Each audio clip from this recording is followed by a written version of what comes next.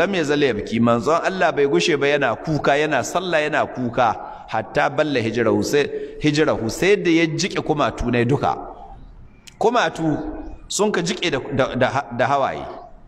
Qalat ta ce wa kana jalisan, kuma annabi ya kasance zaune in yana tsaye na karatun Qur'ani kuka ya jike kumatunsa, in ya zauna da ya kasance zaune kuma fallam ya zale biki bai gushe ba yana kuka hatta ballale ya tausaye da ya jike gemanyarsa.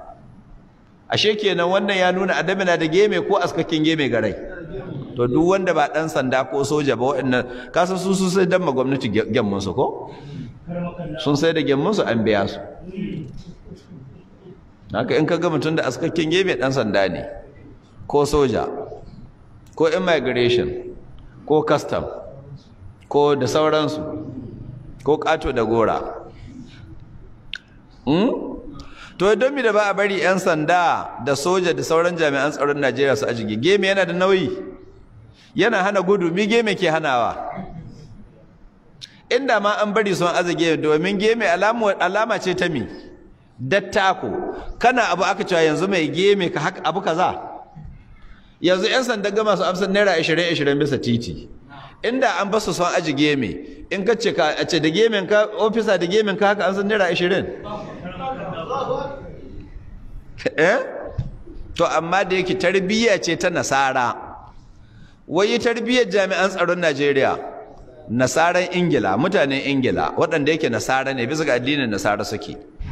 Annabi ya haɗa mana nasara ba su aji geme. Shi yasa cikin hadisai ingantattu yake cewa khalafal yahuda, ku saba ma yahudu. Ga wata rawaya ce khalafun nasara, ku saba ma nasara.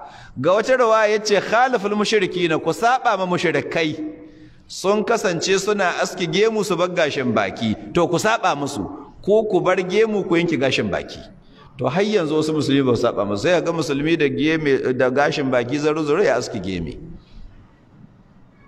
To duk wanda ya san ba jami'in tsaro na ba ya sai dan ma gwamnati gemunsa ba, don Allah ba aski geme. Me matsayin aji gemu? Wajibi. Me matsayin aski gemu? Haramun. Ba makaruhi bane, haram ne. Duk wanda gemu ya fito ma haramun ne ya aske shi. Ina fatar kun fahimta.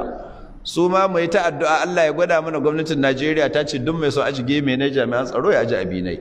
Tunda nasaran turawan Ingila sun ka hana ko? To yanzu sun ta yance mu samu yanci. To don me kuma za mu ci gaba da biyar dokokinsu? Mu nuna mun samu yanci mana. Sojoji su ajige, yayin da sojan da adda gemu da wanda bai da gemu wai ban tsoro. Mai gemu suna da gemu sun mahikwar jini. Aisha saboda sun da ta kawa gemu har rantsuwa ta kai na rance da ubangijin da ya kawata maza da gemu. Ubangiji wanda ya kawata maza da gemu, ashe kenan gemu kawace ga namiji. Ka aske geme ka koma kamar hajiya. Me bambancin ka da hajiyarka? Don haka duk macen ahlus sunna mijinta ya aske gemu ta zanna sai ta tambaye ko ya bar gemun nan ko su rabu. To tana zama da mace uwarta, ni da shafa haɓa kai da shafa haɓa. A gano wanda addattijo. Don haka mata ku rinka wa mazan ku haɗa, suna nan 'yan siyasa masu aske gemu. Har abin ya koma fari kal, amma dai har yanzu karkara ake yi. Hurhura ta fito, an aske tun da ƙurciya har ga tsuha ya kama kuma an ƙi ajewa. Lahimmi gemu ya yi ma, sunna ce ta manzon Allah sallallahu alaihi wasallam. Kuma gemu annabi ba irin gemun larabawan Makka na yanzu gaba kamar an shaye non arat dan cebet, a'a manzon Allah yana da gemu mai tsawo kuma cikakke. Wani littafi yace in manzon Allah ya zauna ba a ganin gaba ne saboda gemu ya rufe. Shi gemu manzon Allah mai tsawo ne kuma cikakke, ba dan period ba haka. To Allah ya shiryar da mu. To ina yake?